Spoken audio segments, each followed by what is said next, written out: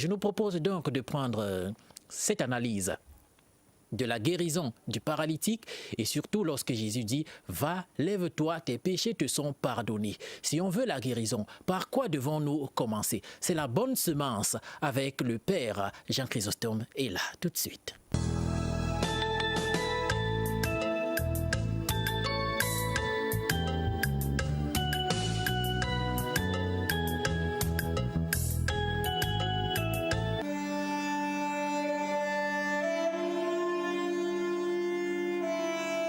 Vous avez appris qu'il a été dit œil pour œil et dent pour dent.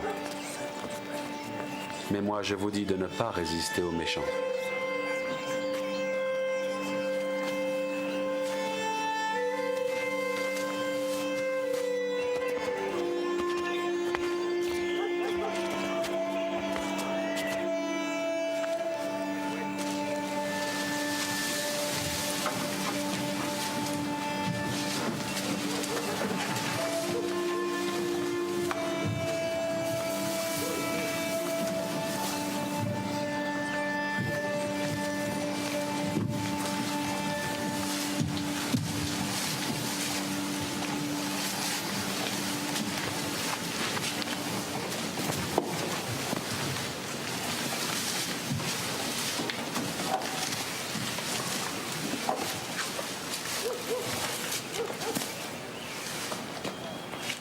Mon enfant, tes péchés te sont pardonnés. Comment cet homme parle-t-il ainsi? Il blasphème. Qui peut pardonner les péchés si ce n'est Dieu seul? Pourquoi avez-vous de telles pensées dans vos cœurs?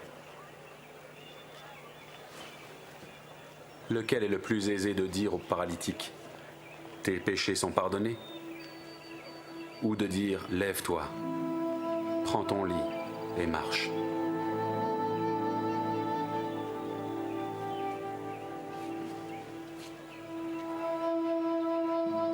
Or, afin que vous sachiez que le Fils de l'homme a sur la terre le pouvoir de pardonner les péchés, je te l'ordonne, lève-toi et prends ton lit et va dans ta maison.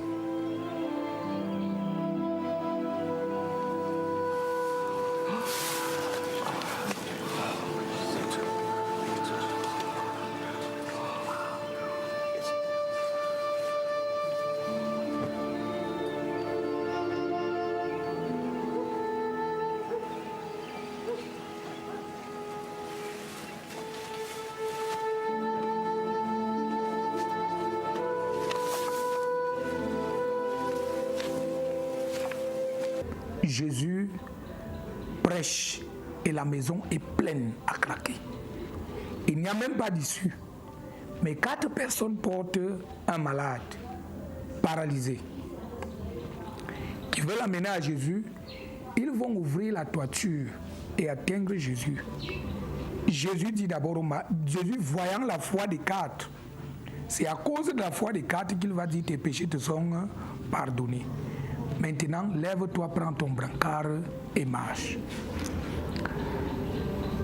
L'homme, aujourd'hui, dans son mal, va à la recherche des autres. On a vu à la télé, tel pasteur opère les miracles, on va en courant. Telle femme est déjà encore là-bas, on va en courant. Ça, c'est une guérison physique que nous recherchons et qui est une guérison éphémère.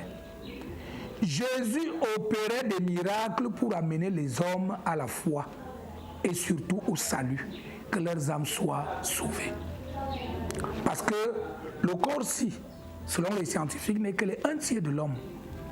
Et nous voyons que les hommes s'occupent plus de ces 1/3 que des 2/3. Et puis le corps est inévitablement mortel. Tout homme va mourir. Alors, quand Jésus guérit, c'est pour amener les gens à vivre éternellement, que leurs âmes vivent éternellement. Voilà pourquoi l'homme qui vient à Jésus doit savoir, comme le dit Monseigneur, le révérend Père Evgard Vénéré Mémoire, rien de bon ne s'obtient sans sacrifice. La première des choses, c'est la salle qui est saturée. L'entrée pour atteindre Jésus qui est saturée. Qu'est-ce qui sature parfois notre vie? quand on veut atteindre Jésus à cause d'un mal qui semble physique alors qu'il est plus intérieur, c'est des préjugés. Tel prêtre est comme ça, telle église est comme ça, il y a des gens comme ça. On nous bourre la tête des choses qui vont nous empêcher d'atteindre Jésus. Effectivement, dans des églises, on trouve des prêtres et des pasteurs véreux. On trouve des mauvais chrétiens qui chassent les autres de l'église. Mais on doit braver cela en utilisant un moyen. Ce moyen fondamental, c'est la foi. Voilà pourquoi les 4 personnes portent le paralytique et passent par la toiture pour atteindre Jésus. Il faut utiliser notre foi et notre confiance en Dieu pour atteindre Jésus, qui est capable maintenant de nous libérer de notre mal. Première des choses, demandons pardon à Dieu. Et lui nous pardonnera comme il a pardonné les péchés du paralytique. Parce que si notre intérieur est sale et notre corps est en santé, nous sommes, comme le disait ce Jésus, des tombeaux blanchis. La tombe peut être blanche, carrelée, alors qu'à l'intérieur, on ne peut pas supporter l'odeur. Nous serons des tombeaux blanchis. Et maintenant, quand notre âme est déjà purifiée et qu'on est en accord avec Dieu, on peut lui demander tout ce dont nous avons besoin et il nous donne. Voilà la suite du pardon des péchés. Il va relever le paralytique.